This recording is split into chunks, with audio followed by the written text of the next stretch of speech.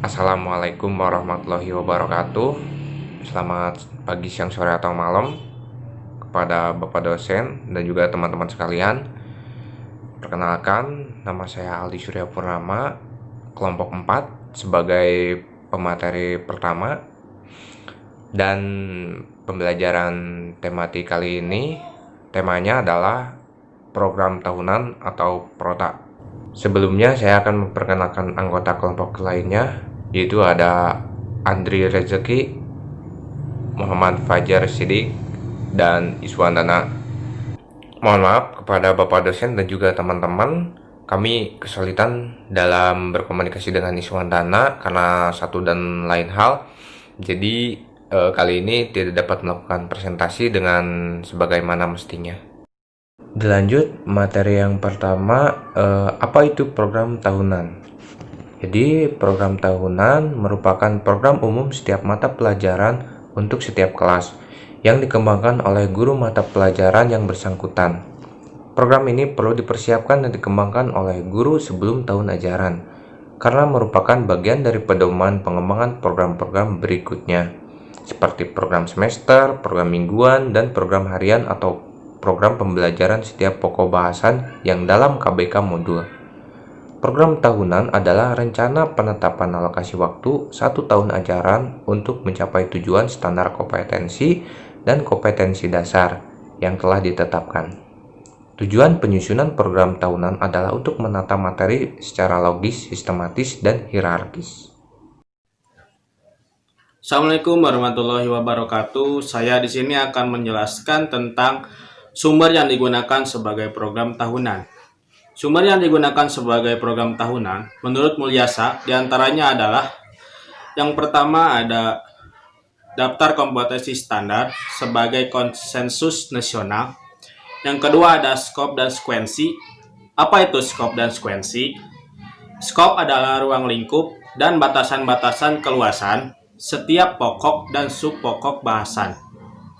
Sedangkan sekuensi adalah urutan logis dari setiap pokok dan subpokok bahasan. Pengembangan skop dan sekuensi ini bisa dilakukan oleh guru dan bisa dikembangkan dalam kelompok kerja guru atau KKG. Sekuensi ini dibagi menjadi beberapa, diantaranya yaitu yang pertama ada sekuensi kronologis, yaitu untuk menyusun bahan ajar yang mengandung urutan waktu. Contohnya seperti peristiwa-peristiwa sejarah, lalu penemuan-penemuan ilmiah, dan sebagainya. Yang kedua ada sekuensi kausal, yaitu yang berhubungan dengan kronologis. Di sini peserta didik dihadapkan pada suatu peristiwa-peristiwa atau situasi yang menjadi sebab atau pendahulu daripada suatu peristiwa. Sekuensi kausal ini cocok untuk menyusun bahan ajar dalam bidang meteorologi dan geomorfologi. Yang ketiga yaitu ada sekuensi struktural, yaitu bagian-bagian bahan ajar sesuatu bidang studi. Sekian pembahasan dari saya, mohon maaf jika ada kesalahan. Materi selanjutnya akan disampaikan oleh Saudara Andri. Terima kasih. Baik, kali ini saya akan melanjutkan penjelasan dari Saudara Fajar. Untuk yang bagian D, sekuensi logis dan psikologis. Bahan ajar juga dapat disusun berdasarkan urutan logis. Menurut sekuensi logis, bahan ajar dimulai dari bagian kepada keseluruhan, dari yang sederhana sampai kepada yang kompleks. Yang selanjutnya sekuensi spiral dikembangkan oleh Barner pada tahun 1960. Bahan ajaran dipusatkan pada topik atau pokok bahasan tertentu. Dari topik atau pokok bahasan tersebut, bahan diperluas dan diperdalam.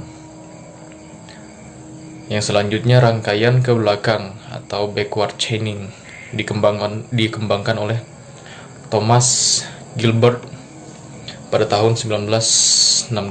Dalam sekuensi ini mengajar dengan langkah terakhir dan mundur ke belakang. Contoh pemecahan masalah yang bersifat ilmiah meliputi pembatasan masalah, penyusunan hipotesis, pengumpulan data, pengetesan hipotesis, dan interpretasi hasil tes. Dalam mengajar mulai dengan langkah, kemudian guru menyajikan data tentang sesuatu masalah dari langkah sampai, dan peserta didik diminta untuk membuat interpretasi hasilnya. Yang selanjutnya, sekuensi berdasarkan hierarki belajar. Model ini dikembangkan oleh Gagne pada tahun 1965